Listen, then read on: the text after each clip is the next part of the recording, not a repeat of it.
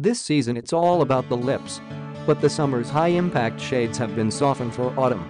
From stained, youthful pouts to bold, berry hues, this season let your lips do the talking.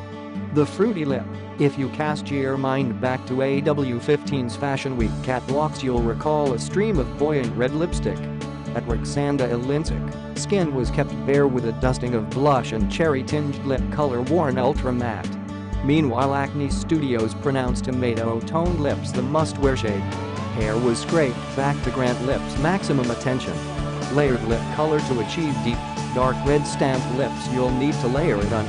At Marchesa, robust wine-colored lips were heavily glossed to match wet look eyes.